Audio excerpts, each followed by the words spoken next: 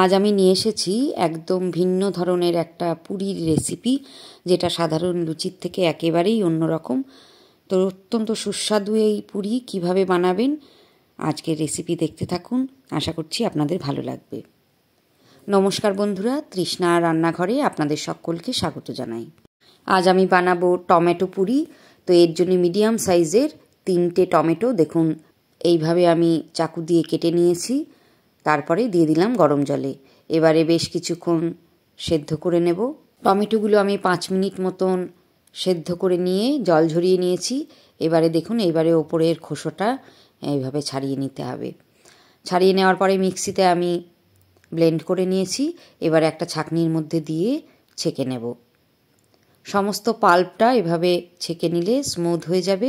ভালোভাবে যদি ব্লেন্ড করে নেওয়া যায় তাহলে প্রায় কিছুই থাকে না। খুব ভালো মতন ছেঁকে নিয়েছি। এবারে আমি ময়দার ডোটা মেখে নেব। টমেটো পাল্পের মধ্যে আমি প্রথমে দিয়ে দিচ্ছি 1.5 বাটি ময়দা। ময়দার মধ্যে দিয়ে দিলাম স্বাদ মতো লবণ।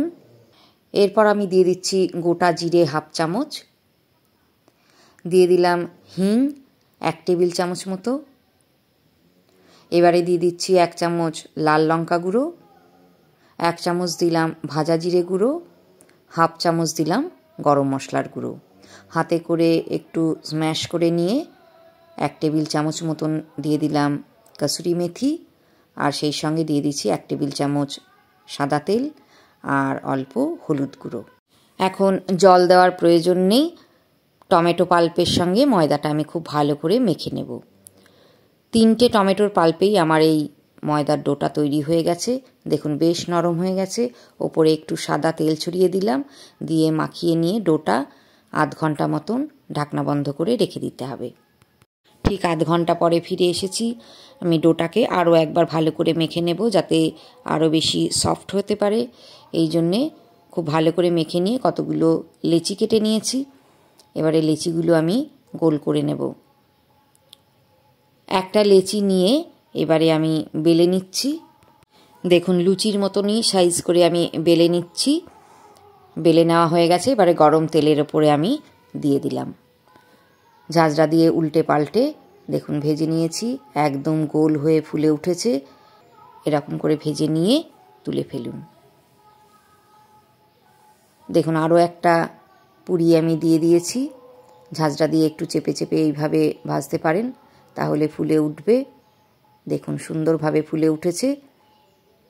তো এই পুরিটাও আমি এবারে তুলে নিচ্ছি। দেখুন আরও একটা পুরি একদম বেলুনের মতন ফুলে উঠেছে। আঁচটা লো টু মিডিয়ামে রেখে পুরিগুলো ভাজার চেষ্টা করবেন, তাহলে দেখবেন সুন্দরভাবে দুদিকই ভাজা হয়ে যাবে। দেখুন আরও একটা আমি দেখাচ্ছি কত সুন্দরভাবে পুরিগুলো ফুলে উঠছে। তো প্রতিটা পুরি এইভাবে ভেজে তুলে ফেলুন। আমি আজকে পরিবেশন করেছি সিম্পল আলুর তরকারি দিয়ে।